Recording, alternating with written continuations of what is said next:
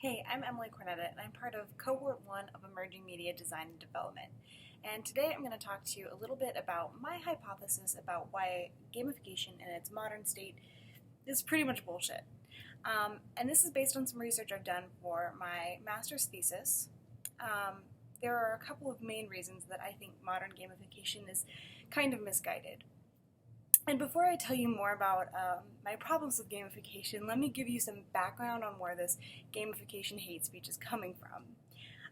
For my graduate thesis, I'm looking at what motivates people in digital spaces and if the same things motivate people in physical spaces. And to do this, I'm applying Nick Yee's gamer motivation model to 3 physical spaces: a lab class, which represents an educational space, a iLearn workshop, which represents a professional space, and then the Rocky Horror Picture Show Shadowcast, which represents an entertainment space. And for the record, Yee's model includes 6 overarching motivations: action, social, mastery, achievement, immersion, and creativity. And you'll need that a little bit more later. So in addition to taking notes of these events, I also gave participants the survey that Yee gave to gamers to develop his model. Each question in the survey correlates with one of the motivations that I talked about before. However, I couldn't just give them the survey exactly as it exists because it references games, it uses words like gamer and players, and that would be confusing in the context of the new space. So when I went in to change the words like game or player or gamer to the appropriate word like workshop, that's when things started to get really interesting for me, because I realized that a lot of the questions in the survey weren't going to make a lot of sense in the context of the new space.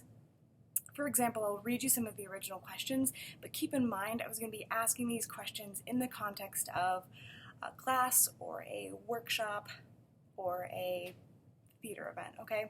So here's the first question. How important are the following game elements and activities to you when you play video games? Dominating other players. An elaborate storyline. Second question.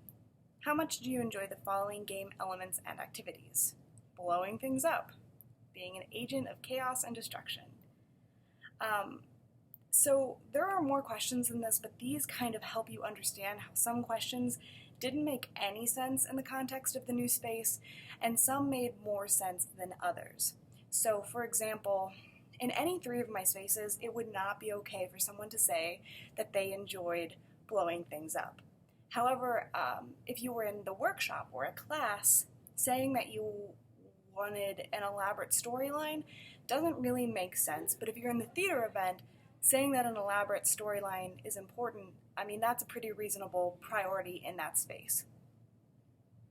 So what this seems to indicate to me is that there aren't a lot of opportunities to express motivations related to being destructive, aka blowing stuff up, which correlates with the action motivation in a theater event or in a class or in a workspace.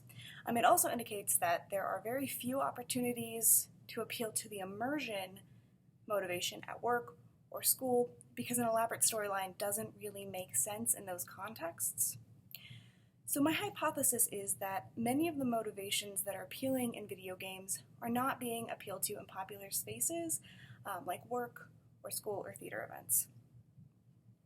So to bring this full circle, let me connect this to why I believe modern gamification is having some disconnect, or maybe it's not working as well. Most of the environments that are being gamified right now, they're education or they're professional. And there are others, but that is most of it. That's a majority of it. And the people who are trying to gamify these spaces are usually just sort of like slapping game mechanics on top of pre-existing structures. And this sort of method of just putting badges or points or leaderboards on something that exists is often called the chocolate-covered broccoli approach. And I am honestly personally offended. Don't do that. And here's the problem with that approach. Here's why you should not do that. When you go into an environment that is made for education or work, those environments are pretty much, for the most part, set up the same way. So people who participate heavily and succeed in the most traditional sense are rewarded or promoted, whether it be with a better job with more money and more responsibility, or getting into an honors class or an honors college or a good college. So if you think about it, the way those environments are set up come with their own leaderboards pre-installed. So those environments are already set up to appeal to the motivations of people who are interested in achieving or are interested in mastery, and motivations kind of like that. So when you add more leaderboards and points and badges as an afterthought, you just kind of slap them on, two things are happening. First of all, you look kind of desperate, and in general, you don't know what's going on. More importantly, though, you're not appealing to any new people. And so now you're probably wondering, okay, so how do I do gamification then, right? Well, I'll tell you a little bit. I think we need to see a shift in the way we think about and implement game mechanics in physical environments. We need to be purposeful about what kind of mechanics we're using and what kind of motivation specifically we're trying to appeal to.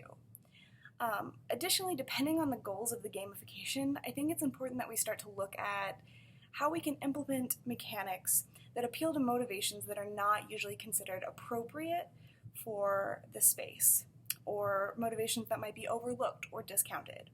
For example, if you're thinking about someone who is driven by the destruction motivation, which is a subset of action, how do you give that person an outlet to be destructive at work or in school and use it in a way to be productive and meet your goals in that space? And I'm not saying that's a process that's necessarily easy, but I think it has the potential to be a powerful tool for increasing productivity within people. That's all I have about that right now, but if you have any questions or you want more information, feel free to reach out to me, just leave a really hateful comment on this video, or just offer me a job. Thanks!